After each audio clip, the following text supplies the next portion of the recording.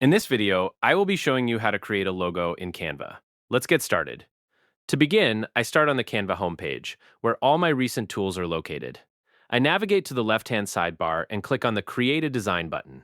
From the menu that pops up, I scroll through the options to locate the standard logo format and click on it.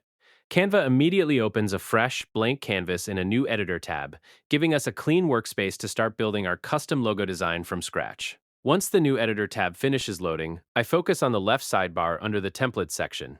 At the top of the panel, there is a field labeled Describe Your Ideal Design, which lets us use Canva AI to generate custom concepts. I click inside this box and paste in a detailed prompt specifying a minimalist typographic logo for a modern coffee shop named Aura Coffee, complete with clean sans serif lettering, a subtle geometric coffee bean inside the letter A, and a monochromatic aesthetic. With the prompt entered, I click the purple Generate button underneath.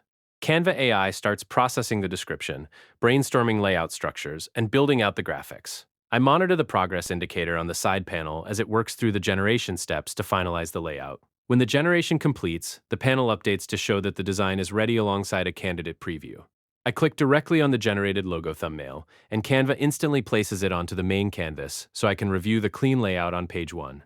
To generate another variation, I click on the Canva AI icon in the left side toolbar.